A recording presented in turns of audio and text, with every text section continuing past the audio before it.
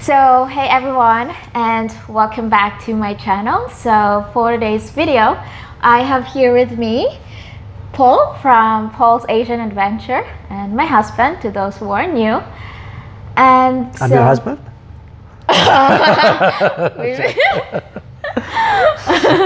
So I just kidnapped him. He's not my husband.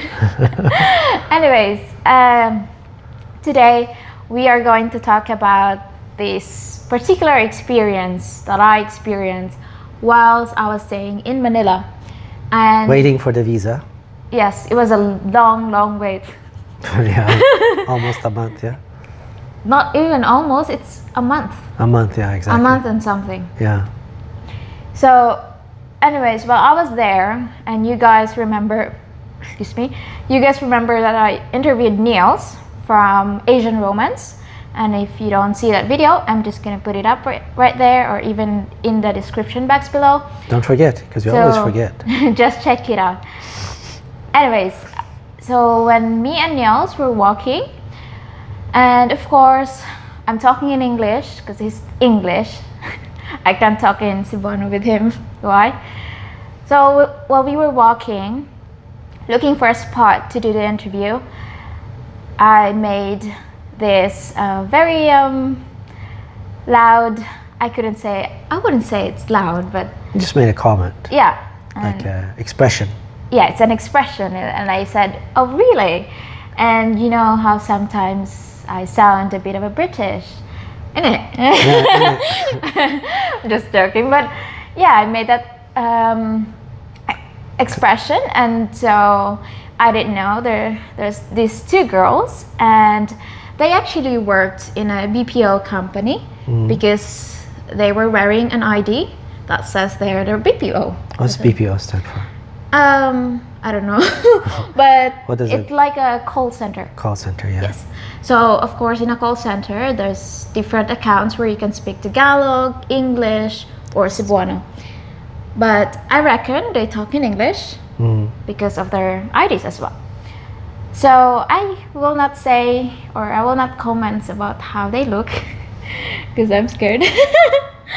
But anyways, so while I made that expression, I just heard this particular girl. Let's put it this way. They weren't exactly She mimicked me. They weren't very good looking, right? Yeah.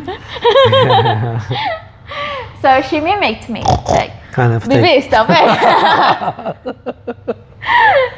So she mimicked me, and so I turned around, and you know that face when you mimic someone like that. Yeah. You know, like really, you know. Yeah. And right there and then, I was about to explode, but you know, we are in a public places, and I don't want to Make a scene. You know, they might think of me as from a province girl, but Yeah. of course I'm a province girl.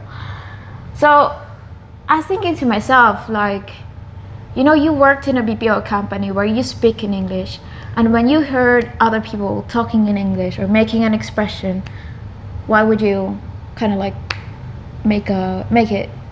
Well, usually when people do stuff like that, and especially since she looked like it's usually, how shall I say this? Jealousy, right?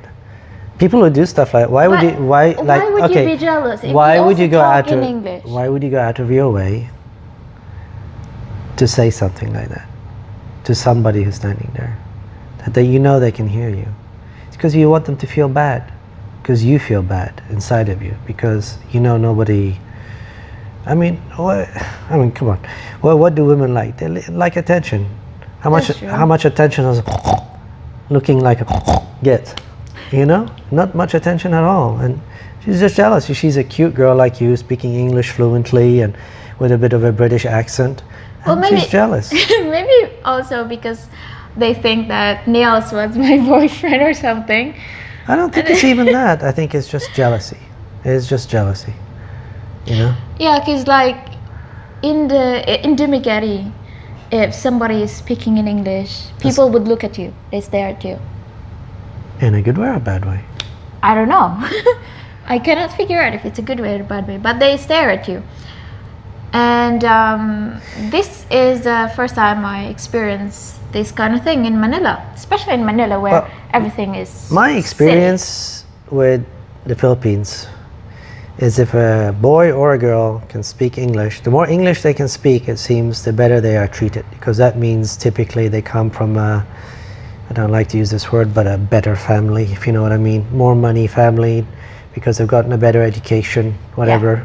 So they usually get better treatment, right? But yeah, when it comes to treatment still, I think they also have to look at you like physically wise. If you don't have those kind of like long nose, I don't think so. yeah, they do that. I can tell you my thing. It's like when I meet a Filipino or a Filipina and they speak English fluently, my first thought is they went to a good school and they got a good education. Well, To that's go you. to a good school, I think most Filipinos think like that too, baby. No. To go to a good, babe, how many Filipinas do you know that went to a public school? Not dating a foreigner. I'm not talking about girls that date a foreigner. Just went to a public school that speak English fluently. There are not many. I couldn't think of any. Exactly. So that means when you meet someone who speaks English fluently, it's either A, they went to a private school, that means they have money, or B, if she's a girl, she dated some guy and has been with him for a while and is fluent in English, right? So, I mean, you were kind of the exception. You were really good in English, but you're mega intelligent, obviously. But yeah, you know, so I think most people, like if you're working at a coffee shop or a restaurant and somebody comes in, Filipino comes in, and they're completely fluent in English, and you know they're Filipino by a bit of their accent or whatever, your first thought is they have gone to a private school. I don't think you think to yourself they went to a public school, No. right? Because you just said yourself you don't know anybody who went to a public school that speaks English fluently. But while if you talk to someone from Silliman or one of those universities, I mean, some of them speak English better than, Yeah. seriously, they speak the grammar, the pronunciation is better than people from the US or from England. That's true. So, I mean, that's, I think there's that. So, Yeah, like it's kind. I know it is very sad to see how these other women bring down other people. I think, I agree, yeah. I think with women, there's that crab mentality. They try to pull you down. They have that. Yeah. We have that in the Philippines. I the think it's crab mentality. it's more women than men, though. Yeah, that's true. I think that's a worldwide phenomena, though. It's, you know, guys try to build each other up by, you know, Yeah. giving each other a hard time, basically. You know, like for example, you might say, "Hey, dude, looks like you need some muscles, or you need to lose some weight." You say something. Yeah. Girls will never say that. Like, oh, they say, Oh, "Oh, you're so beautiful, beautiful." just the way you are. If he can't accept you that way, that's his problem, right?" Guys don't say shit like that. They say, "Shit, dude, you need to lose some weight and get a proper job." You know. You know. Yeah. So I think with women, there's more that crab mentality, and they pull each other down, and I think that's why. I think it's jealousy, basically. I think anybody who says something like that to somebody who's trying to better themselves is jealousy. It says more about them than anything else. That's true. You know how I wanted to confront that girl? No idea. I really do wanted to confront it. And you know me as a person, I don't really confront people. You're not confrontational. No. No. I depend on you.